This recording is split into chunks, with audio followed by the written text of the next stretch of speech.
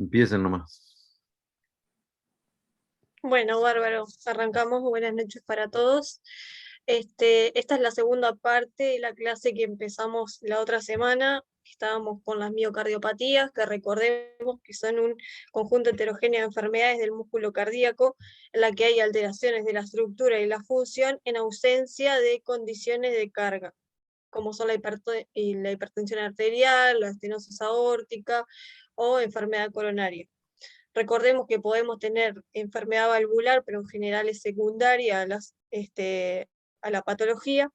También recordemos que ya hablamos de miocardiopatía hipertrófica, de que tenían paredes engrosadas, de que podíamos encontrar un movimiento anterior sistólico, que podríamos encontrar un gradiente dinámico que tenía forma de daga, que en la mayoría de los pacientes lo que había era una disfunción diastólica y que la función sistólica solo se veía afectada, digamos, la FEBI, para ser más precisos, se afectaba en un 10% aproximadamente. Y hoy vamos a seguir con las otras miocardiopatías. Vamos a empezar con miocardiopatía dilatada. Esta es definida por la presencia de dilatación del ventrículo izquierdo, o también se puede evidenciar alteración biventricular, y lo que la caracteriza es que hay disfunción sistólica también en estos pacientes sin condiciones de carga que lo expliquen. O sea, los pacientes que tienen cardiopatía isquémica no sería una miocardiopatía dilatada. En general, la disfunción sistólica se define por una fracción de eyección anormal. El valor que se toma en general para definir miocardiopatía dilatada es menor de 45%.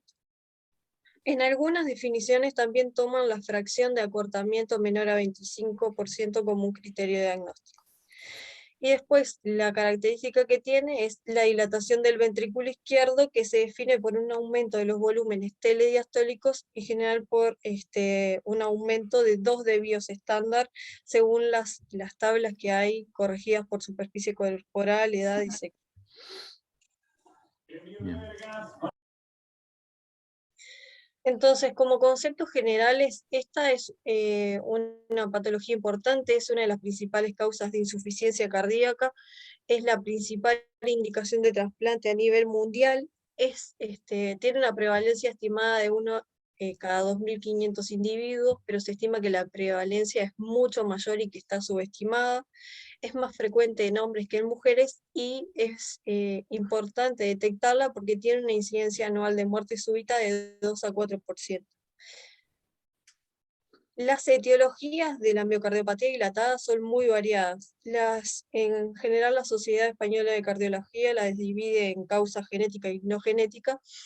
En las genéticas, en general, es muy importante para a los pacientes y valorar sus antecedentes familiares hasta 4 generaciones para atrás.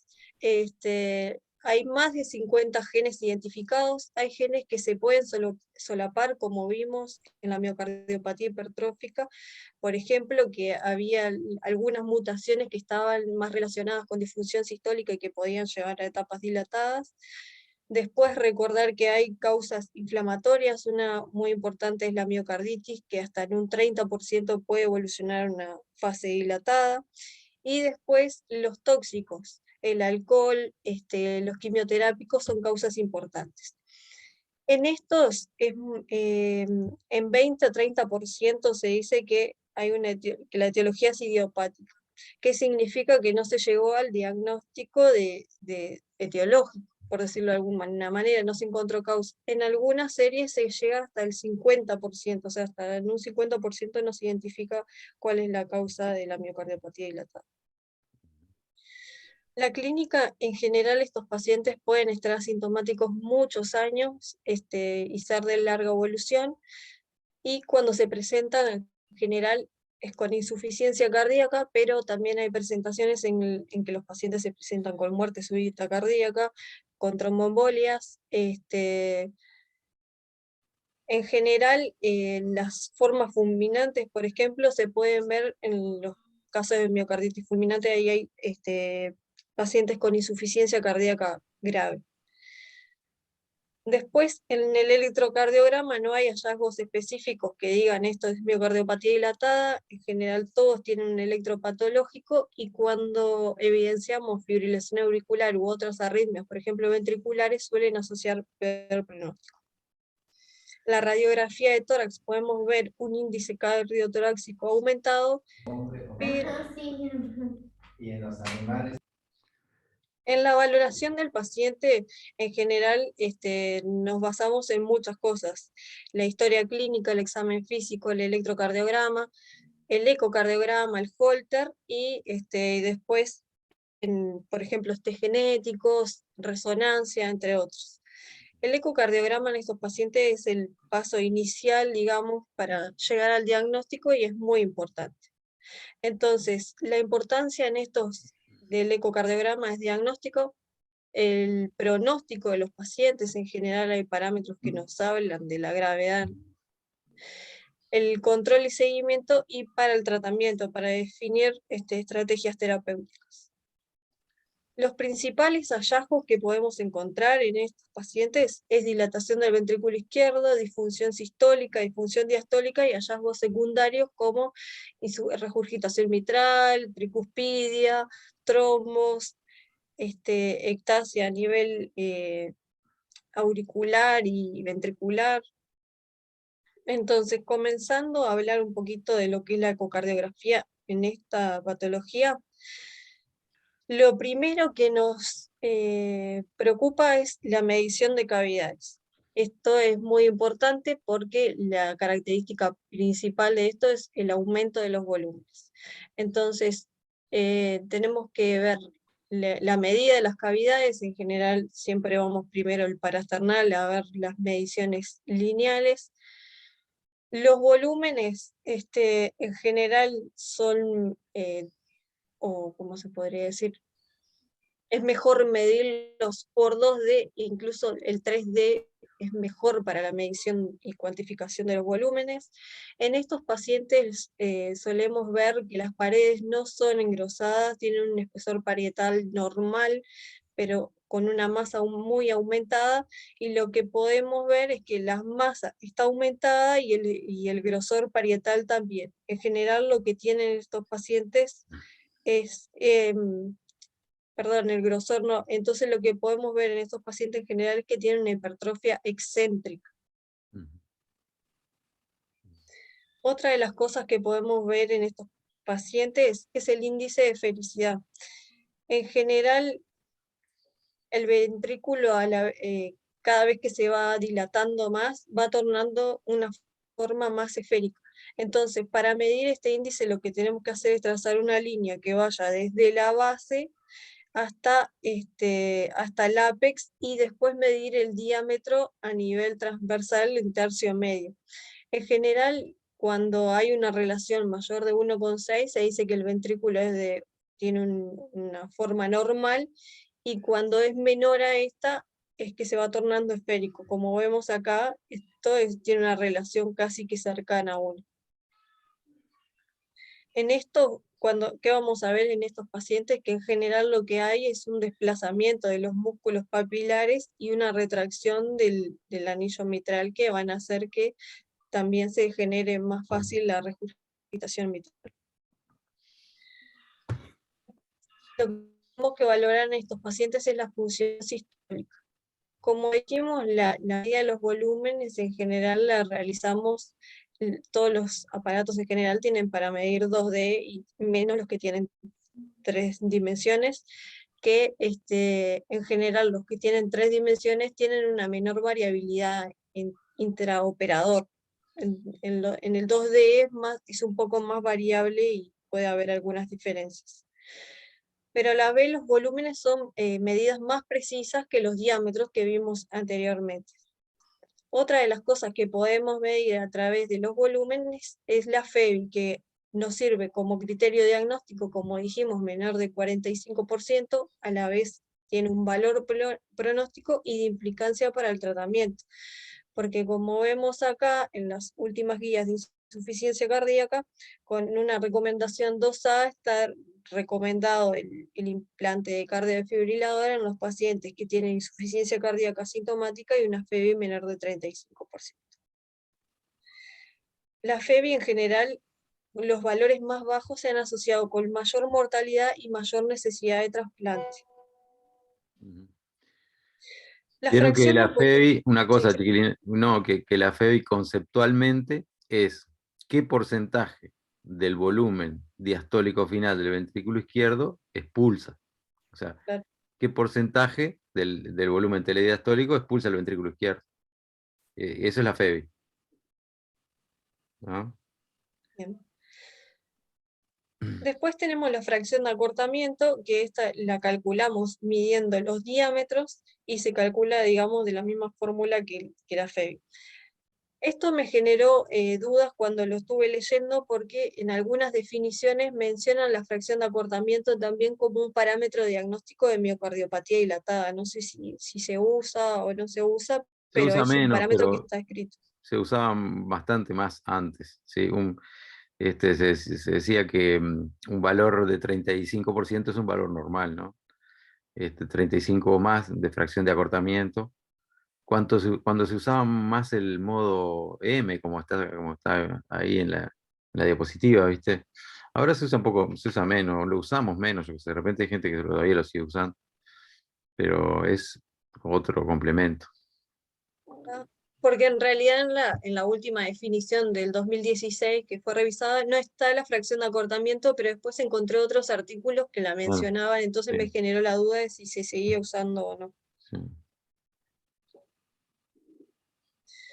Otros parámetros de disfunción sistólica que tenemos son menos precisos, pero que nos ayudan especialmente en los pacientes que tenemos una mala ventana, por ejemplo, y que no podemos ver a ciencia cierta cómo están, por ejemplo, para calcular los volúmenes, como en la FEBI nos pasa también que se trata de cuantificar, pero a veces no tenemos una medida o una visión precisa del endocardio y lo que hay que hacer es estimar, que no es lo ideal, pero a veces no queda otra.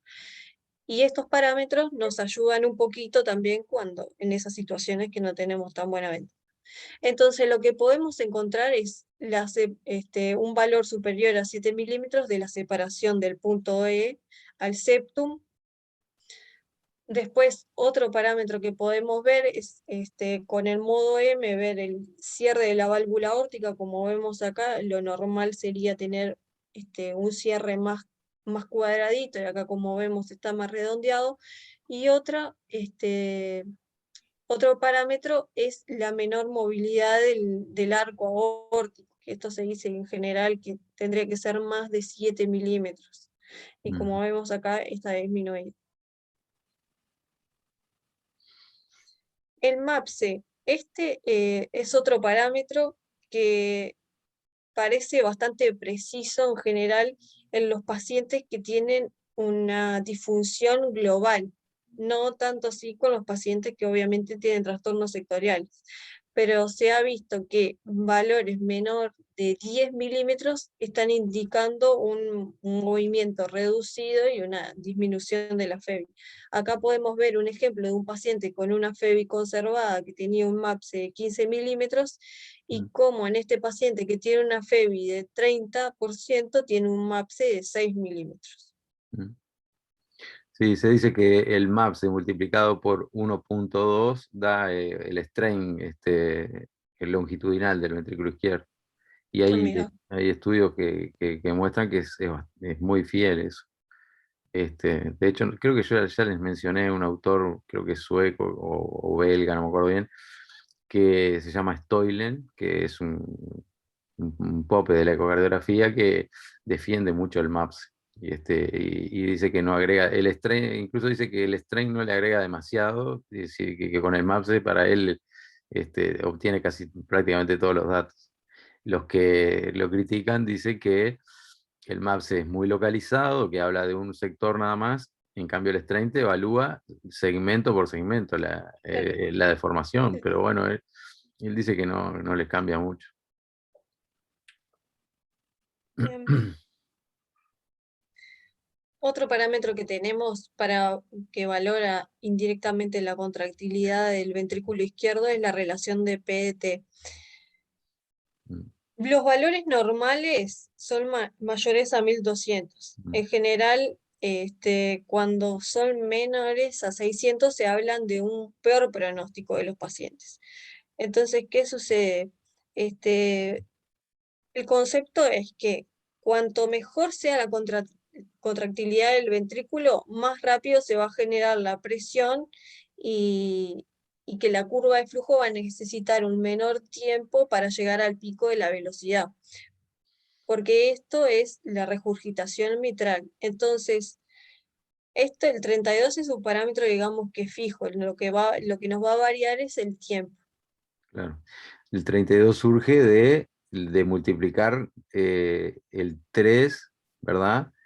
De aplicar la ecuación de Bernoulli, ¿no? Uy, Que es 4 por velocidad al cuadrado, ¿verdad? Sí, el gradiente de presión es igual a 4 por velocidad al cuadrado. Como el eco mide velocidades, se aplica la ecuación de Bernoulli. Entonces, 4 por 9, 36, porque 3 al cuadrado, 36. 3 al cuadrado es 9, por 4 es 36. Y 1 es 4 por 1 al cuadrado, que es 1, 4.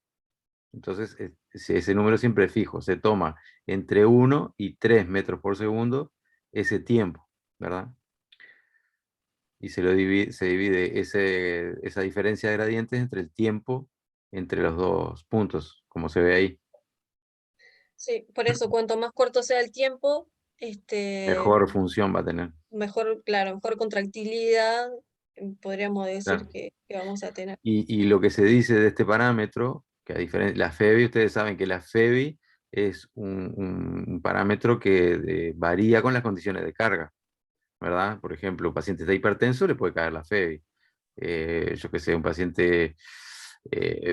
hay distintas condiciones de carga que varían, hacen variar la FEBI en un mismo paciente. Este parámetro depende menos de las condiciones de carga que la FEBI. Es una de las ventajas que tiene, digamos. ¿Verdad? Después, Buenas, Hola. hola. Agustín acá, disculpen que Sí, interrumpa. dale. El MAPSE, bueno, era ahí, ¿dónde lo medís? ¿Es como medís como el TAPSE El MAP o se puede medir Claro, de distintas maneras. Se puede medir en el anillo lateral, o sea, el mayor MAPSE está en el anillo lateral, pero podés hacer septal lateral y hacer un promedio. Lo que sí que tenés que, los valores cambian, ¿no? Porque el septal es es menor. menor, entonces tenés que aclarar cómo lo claro, pero mediste. ahí en el M, por ejemplo, mide como se mide el TAPSE, agarras una línea, Exacto, buenas, exactamente. Lo único y que en el anillo lateral de la mitral. de la metral, En el 4 extremo. cámaras y el anterior, la diapositiva anterior, el primero, ¿cuál es? Ese no lo conozco. Separación del punto al séptimo. Es a Sí, nivel parasternal, lo pones a nivel de la válvula mitral, está buenazo. ¿Y ahí medís desde dónde hasta dónde? Desde el septum hasta, acá. hasta el pico de la onda De No sé la, si se ve de ahí. la E. De Sí, la E si mitral. esto Buenazo. es más de 7 milímetros, te habla de difusión sistólica. Es lo que hablábamos la clase pasada, no sé si se acuerdan que yo estaba marcando mal y que Arturo me decía que eso no, porque ese es el movimiento en diástole que es normal y cuanto más cerca del Claro, septum, es mejor. te habla de mejor contractilidad, claro, ¿No? Muchas gracias. de nada. Bueno, el índice TEI, valora la función miocárdica global, digamos, tanto lo diastólico como lo sistólico, y en general en los pacientes que tienen insuficiencia cardíaca está aumentado y es más es de 0,5 o más. Un valor normal es hasta 0,4. Ujú. Y se puede hacer de dos maneras también, con el pulsado o Con el tisular. altisular. Después, otra de las cosas también que podemos ver en estos pacientes es que a veces, que no me quedó acá la diapositiva, es que pueden tener un gasto cardíaco disminuido, ¿no? En Claro, general en etapas más avanzadas, porque el corazón se va dilatando y generalmente al inicio claro. como que mantiene el gasto cardíaco, pero a medida que el ventrículo va a ir funcionando, va a caer el volumen Claro, sistólico, va a caer el gasto cardíaco. claro. En Bien, algunos Jessica, lugares incluso mm, dice que un BTI del tracto menor a 18 es es de mal pronóstico. exacto. Y ahí en la anterior, en la que mostraste antes, 2 para atrás, fíjense, otra más, fíjense en la válvula aórtica, cómo tiene una apertura inicial. Normalmente la válvula aórtica durante toda la sístole se mantienen paralelas las dos velos, bien paralelos. En cambio acá se van juntando, ¿lo ven? Eso es un indicador de bajo gasto también. Que se vayan juntando los velos. ¿Ven que no tiene la misma amplitud cuando se abre que cuando se cierra? Cuando se cierra es más estrecha la cajita, es asimétrica, ¿la ven? Acá. Exacto, exacto. Eso es un indicador de bajo gasto también.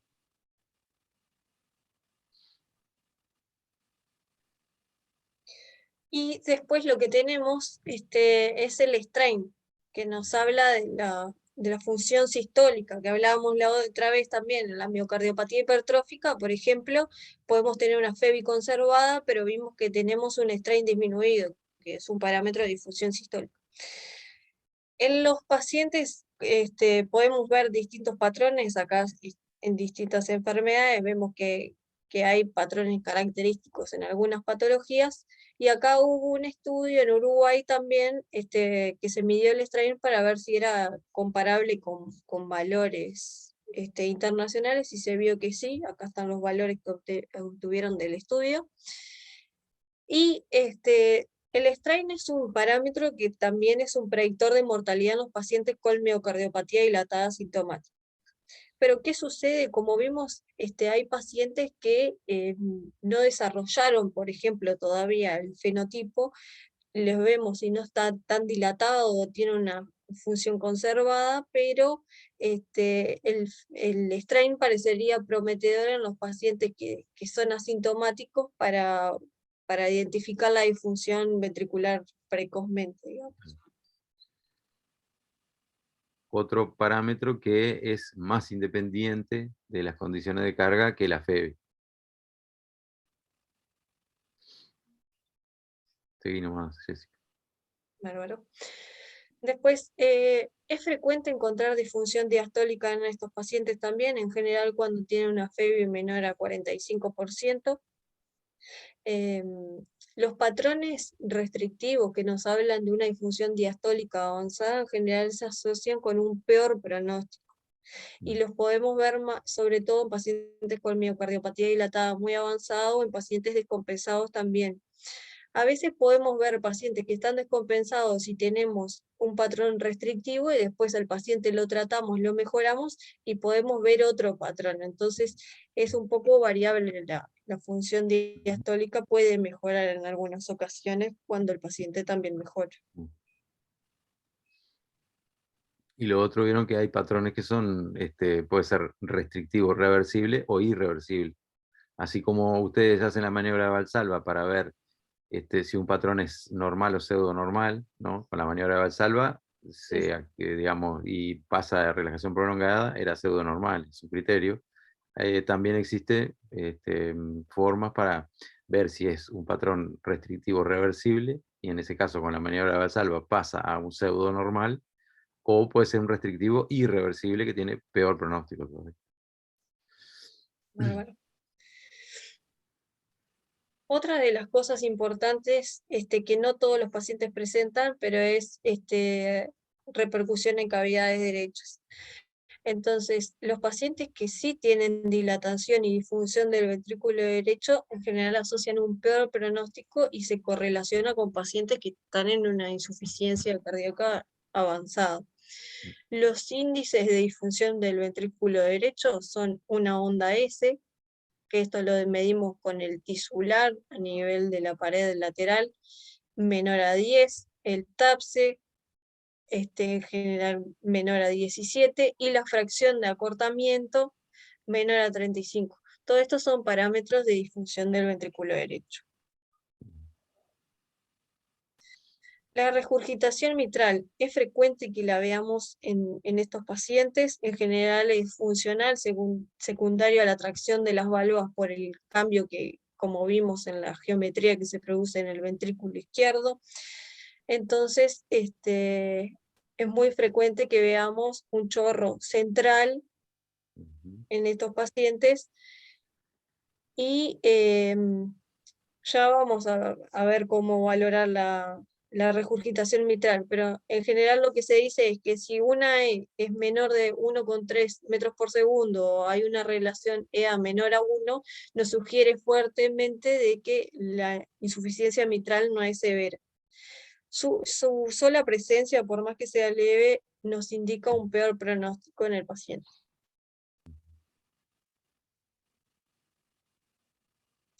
La regurgitación tricúspide también, al igual que la regurgitación mitral, es por la dilatación y nos puede estar marcando de que o el ventrículo derecho está funcionando mal o que estamos con hipertensión pulmonar.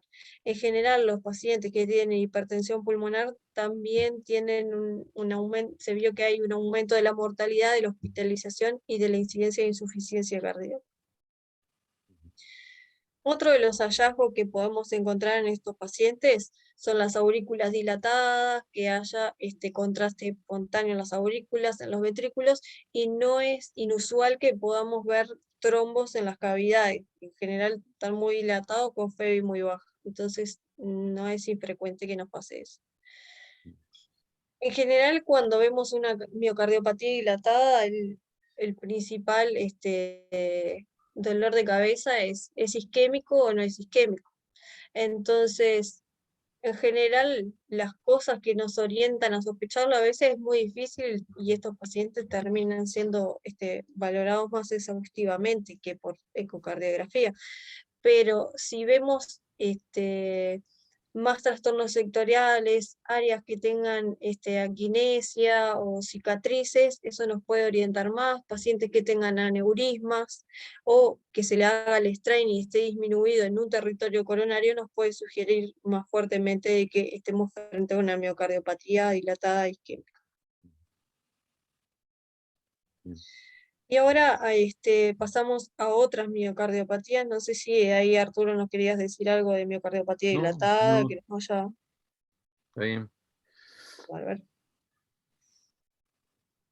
Bueno, la miocardiopatía chagásica, como sabemos, es una enfermedad parasitaria causada por el Trypanosoma cruzi. No es frecuente en nuestro país encontrar miocardiopatía chagásica, pero saber que los pacientes pueden estar asintomáticos también muchos años. En general, en las fases agudas, un poco porcentaje desarrolla síntomas o complicaciones cardíacas. En los pacientes en agudo, en general, lo que se puede ver es como una miocarditis. Podemos ver derrame pericárdico y taponamiento cardíaco, y en fases crónicas sí lo que podemos llegar a ver es que hay pacientes que tienen un fenotipo más dilatado. Es frecuente encontrar aneurismas apicales que se dice que están desde el 8% hasta el 55% en fases avanzadas. Y entonces es muy frecuente que en fases avanzadas podamos ver pacientes que tengan dilatación biventricular, disfunción sistólica, diastólica y corazones muy dilatados. Bien, ahora pasando al resto de las miocardiopatías. No sé si querés decir algo, Arturo, hasta acá. No, dale nomás. Dale. Bueno, pasamos a lo que es la miocardiopatía restrictiva, que como sabemos se caracteriza por un grupo heterogéneo de afecciones del músculo cardíaco que en la vida final va a ser la disfunción sistólica avanzado y se va a manifestar como síntomas y signos de insuficiencia cardíaca como hallazgos característicos. La miocardiopatía restrictiva puede ser, tanto de etiología idiopática en el 50%, pero la gran mayoría va a ser secundaria a enfermedad sistémica, siendo la amiloidosis la etiología más frecuente. Se ha visto que la idiopática también no sería idiopática como en sí, porque se ha visto mutaciones de los genes sarcoméricos. El diagnóstico, forma una base fundamental lo que es el ecocardiograma, nos sirve para identificar en realidad la miocardiopatía restrictiva, identificar qué subtipo, en realidad la etiología específica, nos sirve para el pronóstico también. Y bueno, lo que se caracteriza en realidad, la miocardiopatía restrictiva va a ser por aumento de la rigidez miocárdica, o sea, disminuye la extensibilidad miocárdica, y también tenemos una pérdida del retroceso elástico con las elevaciones de presión del llenado ante pequeños aumentos de volumen. Como vemos en la siguiente imagen, en la imagen que tenemos ahí, en realidad la miocardiopatía restrictiva puede ir desde volúmenes normales o reducidos, con ausencia o mínima hipertrofia parietal, que en realidad hipertrofia no es como tal, porque por lo general es sustitución de tejido por tejido que no es miocardio, es sustitución o depósito en realidad que determina un aumento del grosor parietal. Pero bueno, a términos generales, en realidad se manifiesta como el aumento de grosor, lo hablamos de hipertrofia, pero no es una hipertrofia del miocito cardíaco. Por eso la discrepancia con el electro, ¿no? Exactamente, exactamente. Por eso que en realidad a nivel electrocardiográfico vemos al contrario, vemos microvoltaje, no tenemos ningún criterio electrocardiográfico de hipertrofia ventricular izquierda, entonces, ni derecha. Entonces, por esa razón es la discrepancia que en realidad no es hipertrofia del miocito, sino que es sustitución por otro tejido.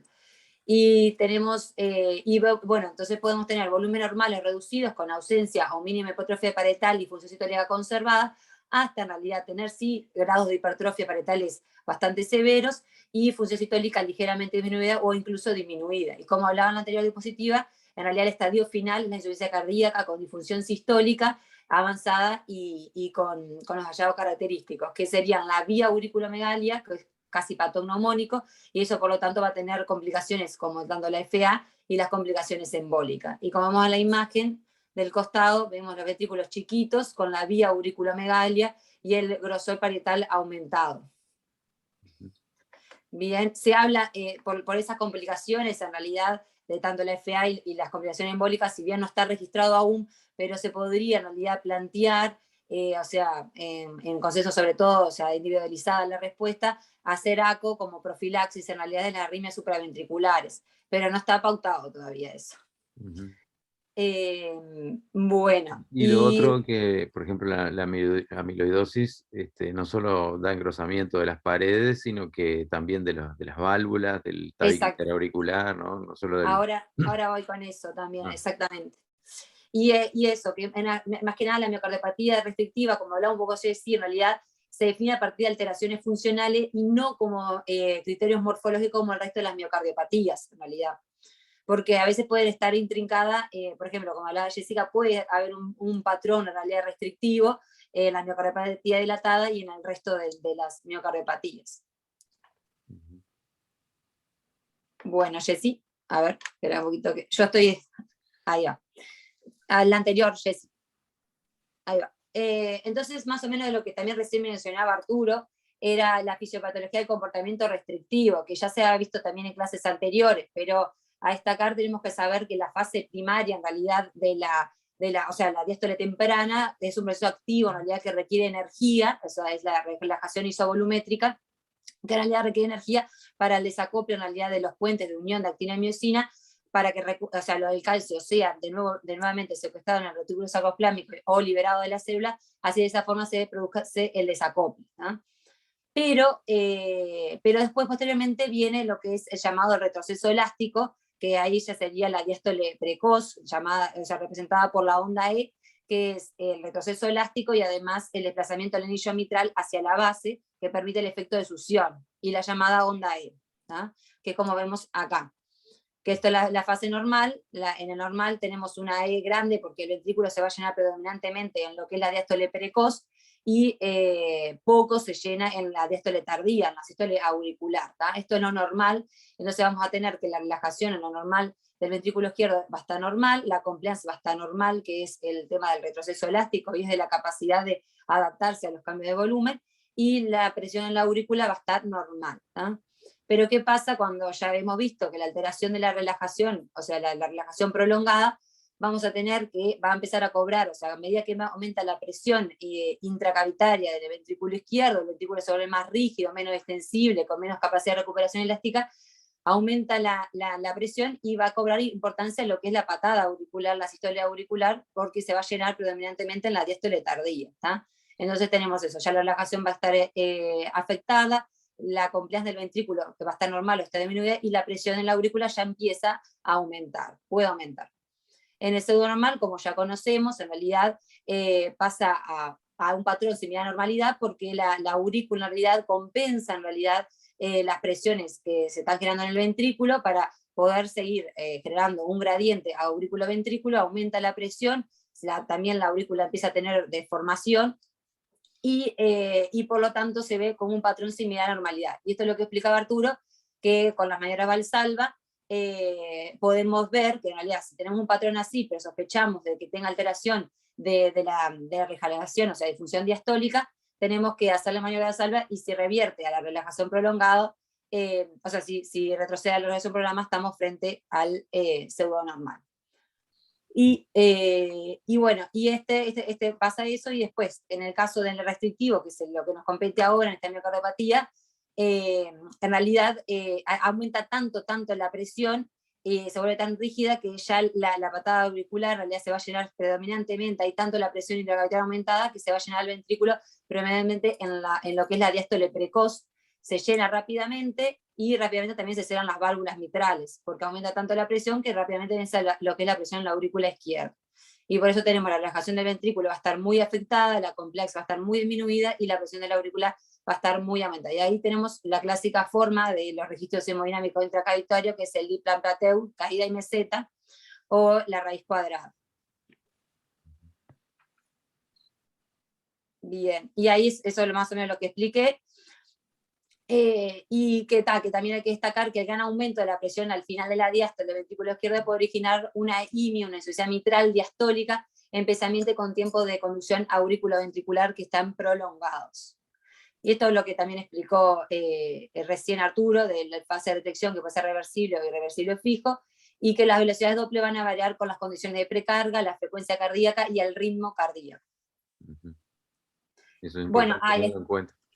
A destacar bueno, lo que más o menos ya sabemos, que en realidad en la fase precoz, la fase de regresión y alteración, vamos a tener que la velocidad de la onda E va a estar descendida, como hablábamos recién, la relación EA va a ser menor a 1, como veíamos recién, y se va a prolongar tanto el tiempo de relación isovolumétrica como el tiempo de desaceleración de la onda E. Sí. Eso pasa en la fase precoz, lo que aplicábamos recién, como viendo los dibujitos. En la pseudo normal, como aumenta la presión en la aurícula izquierda, va a contrarrestar la relajación de realidad del ventrículo izquierdo, como explicábamos, y va a dar un patrón similar a normalidad. Por eso es necesario ahí sí o sí hacer maniobras de Valsalva. Y en la fase de restricción ya tenemos que el tiempo se acorta, por lo que hablaba recién, aumenta tanto la presión en el ventrículo que vence rápidamente la presión en la aurícula derecha, entonces tenemos un tiempo de relajación menor a 70 milisegundos, las velocidades altas de la onda E, que va a ser mayor a 1 metro por segundo, y tenemos también un tiempo de relación menor de la onda E menor a 160 milisegundos. Y la relación E-A va a ser mayor a 2. Bien. Siempre tengan en cuenta cuando están evaluando, ¿no?, la diástole, todas estas ondas, qué tanto hay de insuficiencia mitral o no. Si la insuficiencia mitral es leve, estas ondas son válidas, ¿no?, para todo lo que tú estás diciendo. Ahora, si la insuficiencia mitral es moderada, severa, ahí la relación prima, todas esas cosas que uno utiliza a veces para medir, son diferentes, ¿no? Cambia un poco. O sea, siempre antes, cuando vayan a evaluar la diástole, fíjense si hay insuficiencia mitral moderada o severa, ¿no? Porque una velocidad de E puede ser por la insuficiencia mitral y no tiene nada que ver con la diástole. ¿Entienden? Sí. O sea, Perfecto. Nunca informen, por ejemplo, nunca informen prima tanto, como que está elevadísima, y insuficiencia mitral moderada severa, por ejemplo. Porque todos estos valores están, digamos, fueron investigados, fueron demostrados, digamos, que tienen valor en la evaluación de la diástole, pero en ausencia de algunas cosas, ¿verdad? También el calcio en el anillo mitral es otro elemento que impide evaluar adecuadamente la función diastólica, o todas hacer esos deducciones, digamos, de la función diastólica. Eso nada más que quería. Perfecto. Bien. Sirve, en no realidad, es que no sirva la velocidad de la onda E sirve cuando tiene insuficiencia mitral, pero sirve para otras cosas. No vamos a estar informando presión diastólicas y válvulas protésicas, lo que dice Luis también es cierto. Nos sirve, por ejemplo, para evaluar la severidad de la insuficiencia mitral. La onda E, una onda E, ustedes saben que es más de 1.2, 1.4 para algunos. Es un signo indirecto de insuficiencia mitral severa. Entonces lo usamos para eso, pero no para decir que la diástole es de tal característica por esa onda E. ¿Tá? perfecto. Bueno, y otras también formas de medir lo que es el patrón restrictivo, en realidad es el Doppler pulsado en las venas pulmonares. Como sabemos que la inversión en realidad del flujo a las venas pulmonares va a ocurrir en lo que es el final de la diástole, donde se ocurre la contracción auricular. ¿No? Y en realidad al principio es normal, pero ya en la fase tardías, en realidad cuando tenemos el patrón restrictivo, cuando la rigidez del ventrículo aumenta, el flujo sistólico anterior de las venas pulmonares va a disminuir proporcionalmente al incremento de la presión en la aurícula y la onda D se vuelve más prominente, es decir, la del flujo retrógrado, ¿no?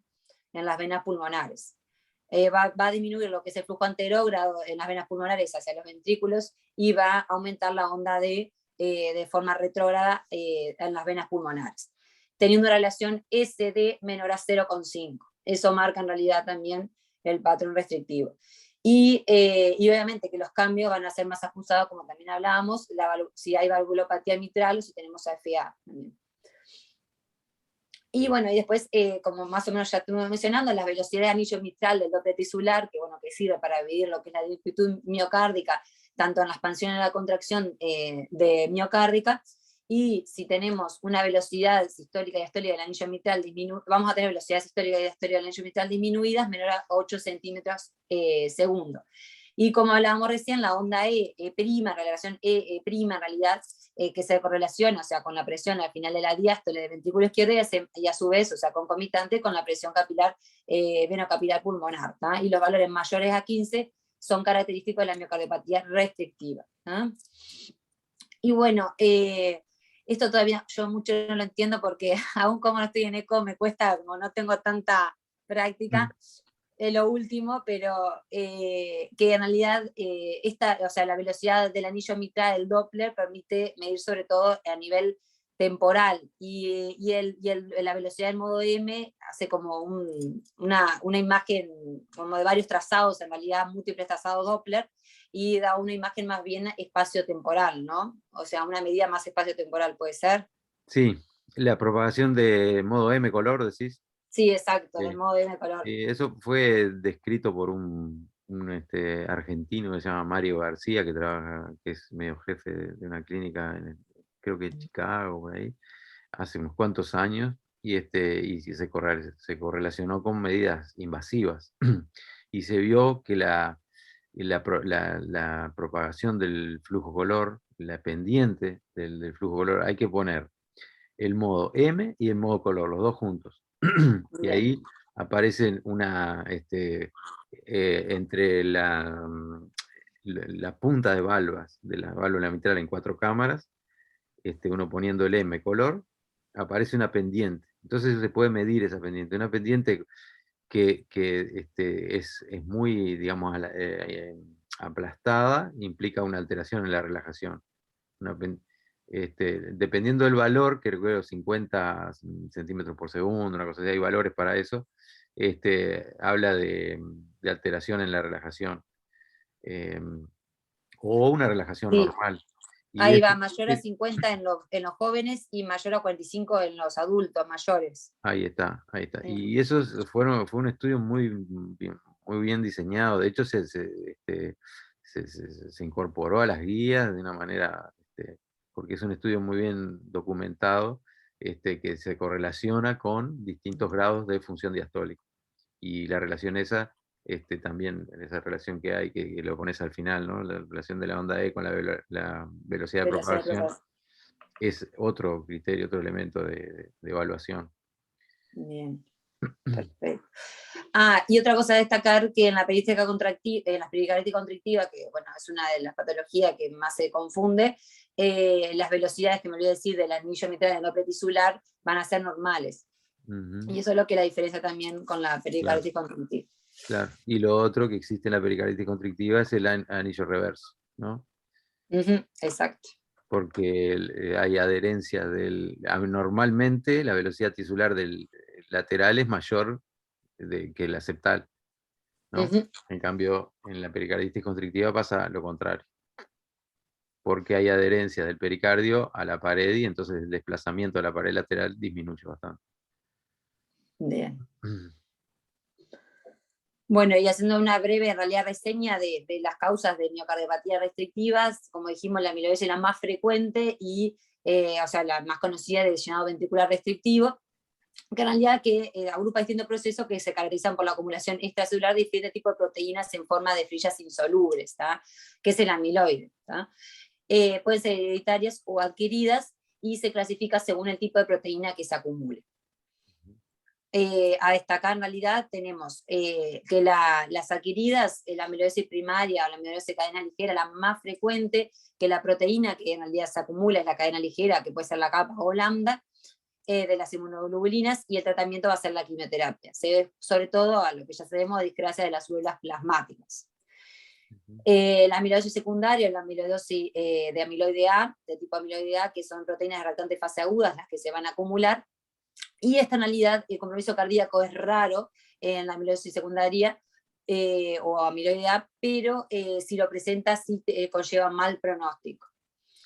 Después tenemos la amiloidosis por beta 2 microglobulina, que es muy raro que afecte a nivel cardíaco, ¿no? Y que se debe sobre todo a procesos inflamatorios crónicos y afecta sobre todo más las articulaciones.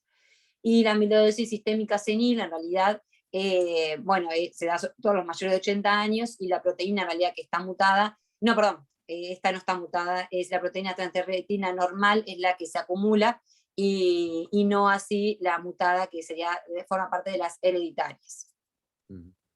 Y bueno, hereditarias son mutaciones en varios genes, como mencionamos, las más que conocemos son las transferritina, la más frecuente, después sí de la apopoliproteína y de la fibrinógeno, y como dice ahí, transmisión autosómica dominante y con penetración incompleta, ¿no? Bien. Eso es una revisión, es un esquema que después se lo dejamos para seguir indagando. Y lo que hablabas recién, Arturo, que en realidad es eso, en realidad se caracteriza no por hipertrofia, como hablamos, en realidad es grosor parietal aumentado, pero se deposita de forma concéntrica, ¿no? En el BI, y también puede haber engrosamiento valvular leve hasta incluso la disfunción sistólica, ¿no? Y lo que se ha visto que es característico en realidad de la amiloidosis es que, o sea, como el strain longitudinal ha traído cambios revolucionarios en la patología amiloidótica, porque permite medir el speckle tracking bidimensional desde la base hasta el apex. Hay un patrón que se llama de función apical conservada, ¿tá? Y la base reducida, que se llama preservación apical, que eso es típico de la enfermedad cardíaca amiloides, ¿tá? Si tenemos, como dice acá abajo, un cociente promedio de strain longitudinal, apical promedio, medio y basal mayor a 1.0, tenemos una preservación apical y que tiene una sensibilidad de 93% y una especificidad de 82% para el diagnóstico de amiloidosis, ¿tá? Claro, uno tiene que sumar todos los apicales, los valores, ¿no? Apicales, y le divide entre la suma, ¿no? De todos los medios y basales, y si esa división da más de uno, tiene una alta sensibilidad y especificidad para el diagnóstico, ¿no? Exacto. Bien. Bueno, y en realidad esto se lo dejamos para que, si quieren, lo comento, pero son el resto de las miocardiopatías que pueden presentarse tanto como patrón restrictivo, como también dilatadas, pero sería la hemocromatosis, que a gran rasgos la mencioné en la primera clase, que es el depósito de hierro, en realidad que puede ser hereditaria o adquirida. Y en realidad los hallazgos son muy inespecíficos. Por lo general, todas este tipo tienen alteraciones regionales de la contractilidad, porque es donde se deposita en realidad, o se sustituye o se deposita el material anormal, ¿tá? Y bueno, y ahí esta realidad, como vemos ahí, la hemocromatosis justo, la presentación más frecuente es como miocardiopatía dilatada. La sarcoidosis... Una cosa interesante de la hemocromatosis es que la resonancia tiene un valor así muy importante, porque hay una secuencia que se llama T2 estrella, que compara el depósito de hierro con el depósito en el hígado, ¿no? Con determinados, y hay valores por debajo de por encima de los cuales es diagnóstico de hemocromatosis cardíaca. Es un estudio, digamos, muy útil para el diagnóstico de hemocromatosis cardíaca, la resonancia cardíaca. Hay que Sí. tener la secuencia, nosotros en la clínica no la tenemos, pero se llama No. la secuencia T2 estrella, o T2 asterisco, una cosa así. Es lo mismo. Bien. Y eso mismo, también algo destacado de la hemocromatosis que no mencioné, en realidad la miocardiopatía restrictiva es la menos frecuente de todas las miocardiopatías, pero por lo general cuando se presenta tiene un pronóstico más sombrío, en realidad más infausto, a no ser, o sea, obviamente, a no ser que se gestione un trasplante cardíaco o en los casos que tienen una causa reversible, principalmente la hemocromatosis o la exposición, o sea, asociado también a los fármacos, por fármacos. Y bueno, la sarcoidosis, como sabemos, es una enfermedad sistémica granulomatosa que aún no se define bien el mecanismo etiopatogénico, que se presenta en los menores de 50 años, que la afectación cardíaca es solamente en un 4% parte de los pacientes, y también esta realidad se caracteriza por granulomas que son parcheados, y van a estar sobre todo en las zonas medias y basales y a predominio septal, ¿no? Y bueno, se va a manifestar, como decía recién, también con alteraciones regionales de la contractilidad, y va a afectar mucho el sistema de conducción, porque lo más que está afectado es el septum, ¿no? Bien. Y Sí. sí, No, sí, no, una cosa interesante, digo, la sarcoidosis es una enfermedad sistémica, como vos decías, que habitualmente afecta los ganglios del mediastino, ¿verdad? Y se hace diagnóstico por ahí.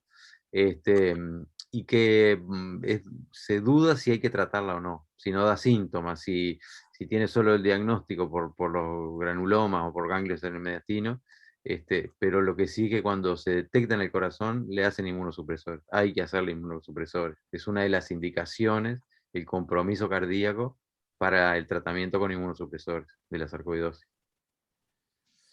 impecable. Buen dato, no recordaba eso. Y bueno, y después esta también, por lo general, la sarcoidosis se presenta con patrón restrictivo y no es inusual que aparezca derrame pericárdico y también aneurismas del ventrículo izquierdo. Y lo otro O sea, que la resonancia acá también tiene su valor. Típicamente la sarcoidosis, ustedes saben que da alteraciones del sistema de conducción, da bloqueo, da trastornos del sistema de conducción. Y en la resonancia es bastante característico el realce tardío a nivel inferolateral o lateral subepicárdico y en el septum. Son las dos topografías que tiene predilección la sarcoidosis. O sea que si uno tiene la sospecha y tiene ese patrón de realce tardíaco, apoya el diagnóstico. Bien, sí, sobre todo por eso, porque afecta a nivel septal, por eso está el sistema de conducción, donde vemos más alteraciones.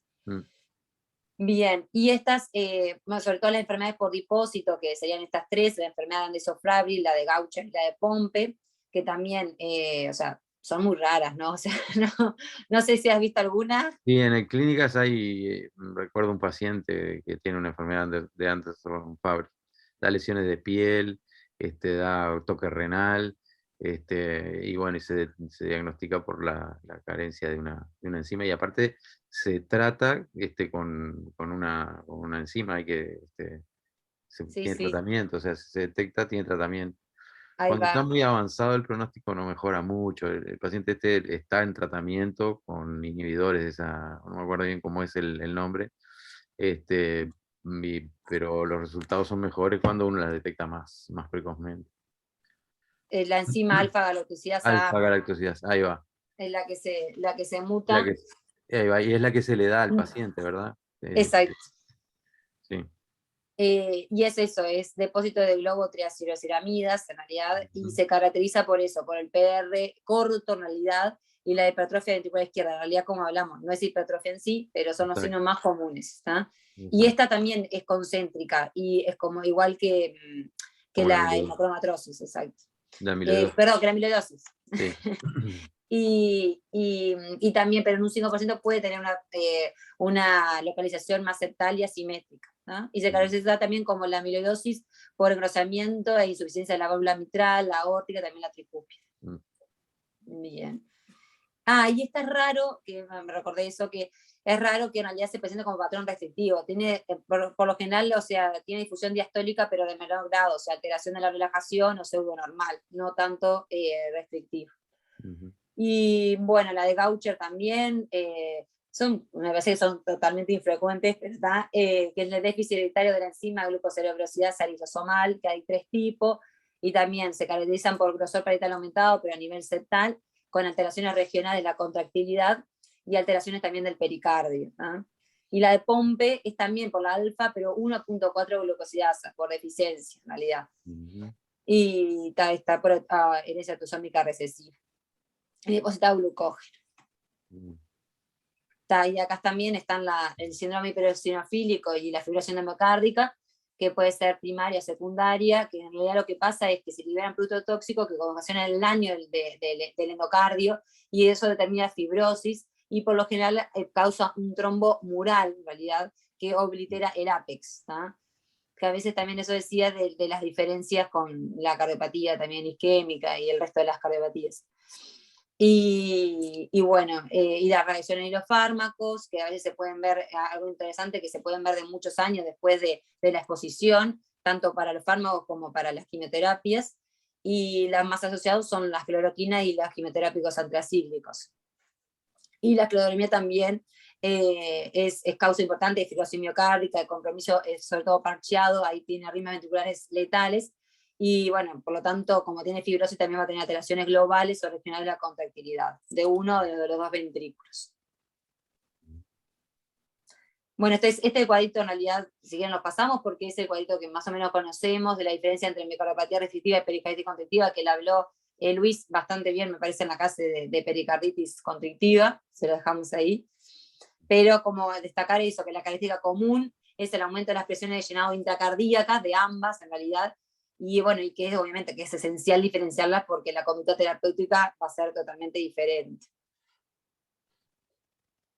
Bueno, pasando a lo que es la miocardiopatía, ya estamos terminando, pero la miocardiopatía que no compactada, que en realidad es una miocardiopatía que no es clasificable según la definió la European Society of Cardiology, no se me da muy bien el inglés, pero que en realidad no es clasificable porque puede ser la forma morfológica de otras miocardiopatías en realidad, ¿tá? Ya sea la restrictiva, la dilatada, la hipertrófica, se pueden presentar o al inicio o al final en realidad con cierto grado de no complicación del ventrículo izquierdo. ¿tá?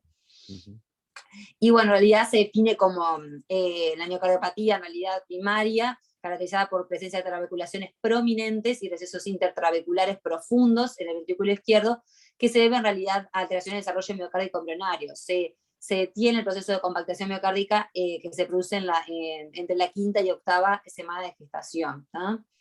Por lo tanto, va a ser una enfermedad de presentación familiar y es posible identificar al 50% de los familiares afectados en el caso índice. Y siempre los casos índice tienen mayor gravedad de la enfermedad. ¿tá?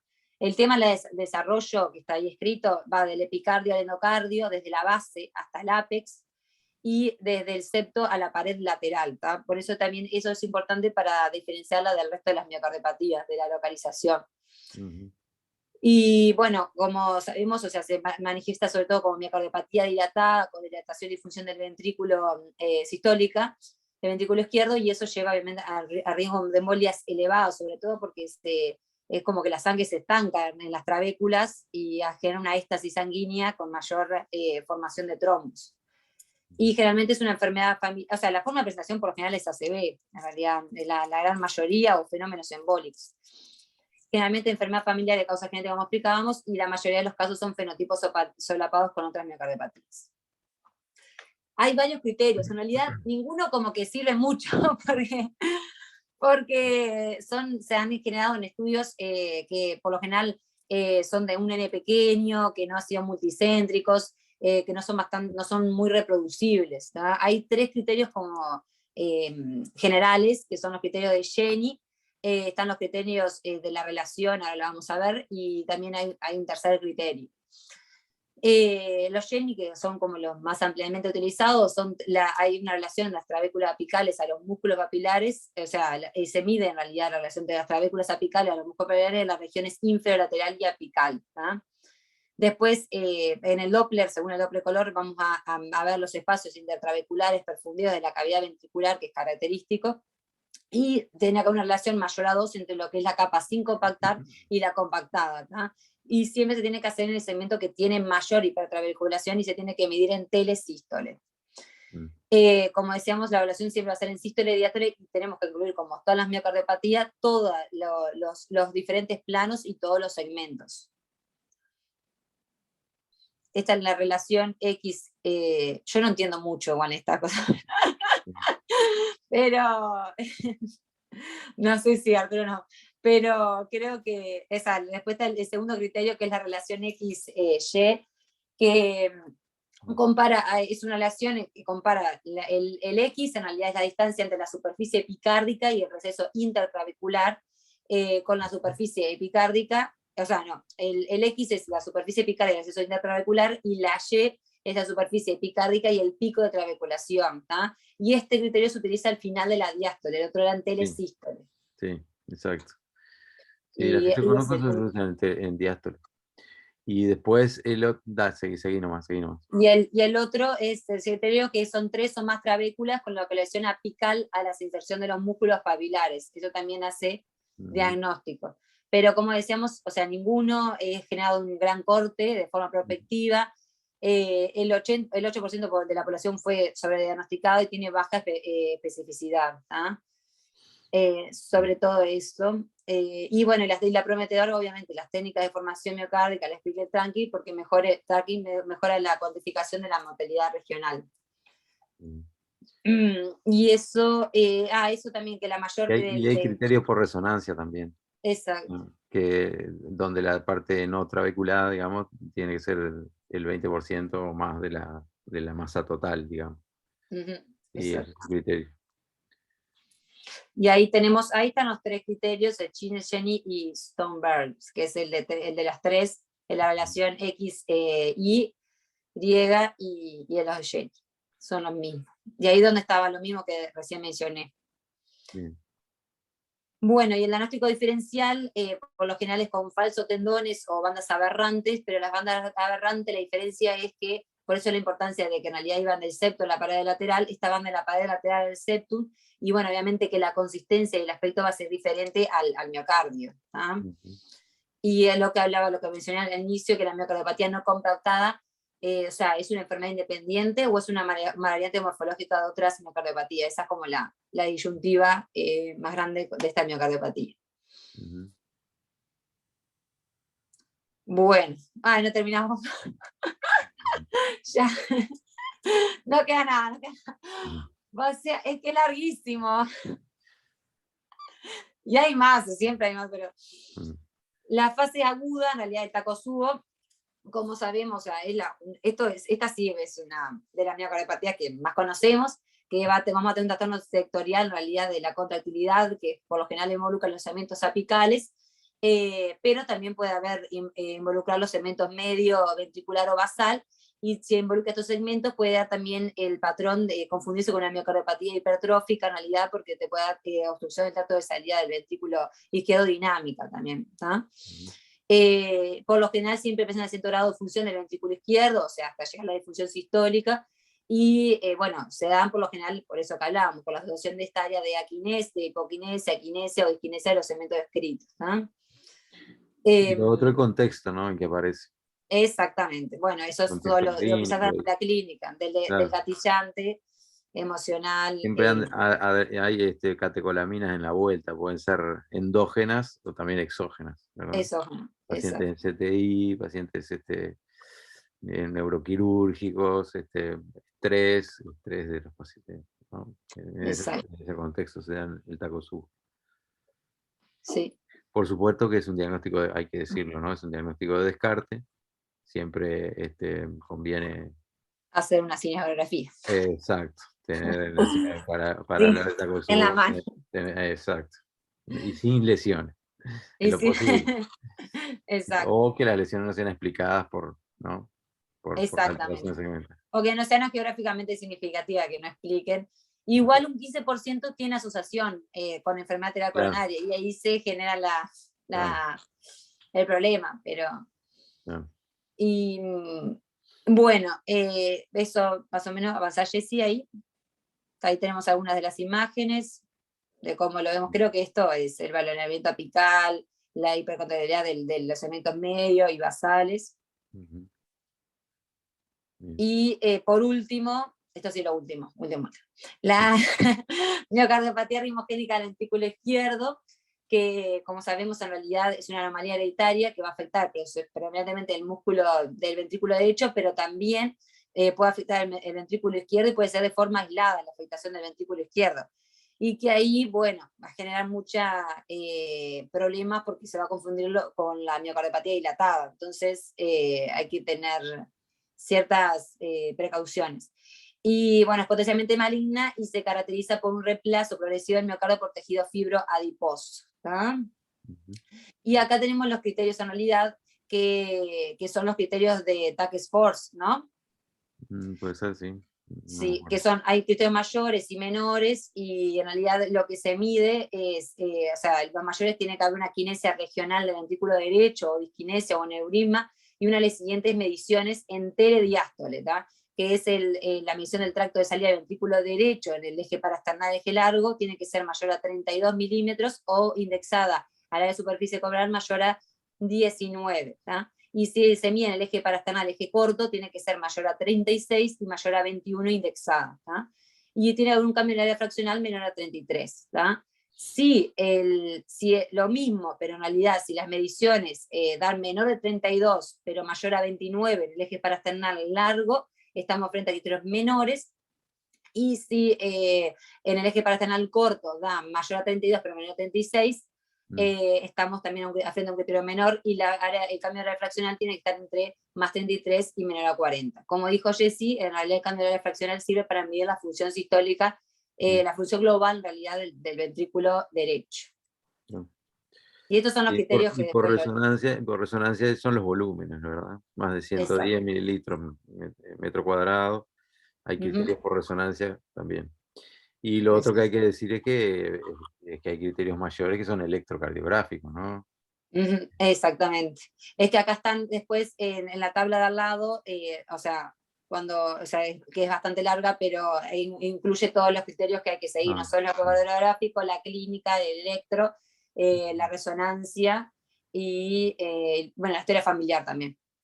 Y el Exacto. registro de arritmia, algún tipo de arritmia particular. Esto es lo mismo en realidad que hablé recién. Y bueno, y esto es lo que más o menos hablé, que la afectación del ventrículo izquierdo ocurre en el 80% de los pacientes, y que hay 3 tipos en realidad de afectación. La clásica, que en realidad predomina primero la afectación del ventrículo derecho y luego la del izquierdo, con una relación del ventrículo derecho al ventrículo izquierdo mayor o igual a 1.4. La patrón biventricular es cuando se afecta de forma paralela la relación entre el ventrículo derecho y el ventrículo izquierdo es cercana a 1 durante la evolución. Y después la miocardiopatía rimogénica del ventrículo izquierdo propiamente es cuando predomina el compromiso del ventrículo izquierdo con una relación, una razón volumen del ventrículo derecho y el ventrículo izquierdo menor a 1. Y ella se relaciona inversamente con la edad. Y por lo tanto es lo mismo también la infiltración fibrograsa del miocardio del VI, pero es sobre todo en lo que es la capa subepicárdica, y de forma también se deposita circunferencial. Y o sea, más afectada es la región inferior e infralateral, donde hay zona de fibrosis y por lo tanto alteración de la contractilidad parietal. Y el componente rítmico, porque la fibrosis es lo que hablábamos también, o sea, también a nivel del electro, que podemos ver las arritmias, y también, bueno, la sonda Epsilon y demás, todas las características. Bien. Y bueno, los diagnósticos diferenciales serían eso: la cardiopatía congénita, el infarto del ventrículo derecho, todos elementos que sobrecarguen al ventrículo derecho, y también originando una dilatación y una disfunción del ventrículo derecho, ¿tá? Sobrecarga el volumen, polifasia tricúpida significativa, el tromboembolismo pulmonar y la hipertensión pulmonar. Y bueno, Muy gracias. bien, perfecto. No, muy, muy completo me pareció. Hay algunas etiologías que vos no mencionaste, pero me parece que vale la pena siempre tenerlas en cuenta, ¿no?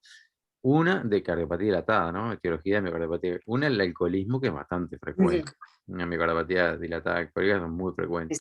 La otra es el VIH, que el VIH genera disfunción sistólica del ventrículo, además de otras cosas, ¿no?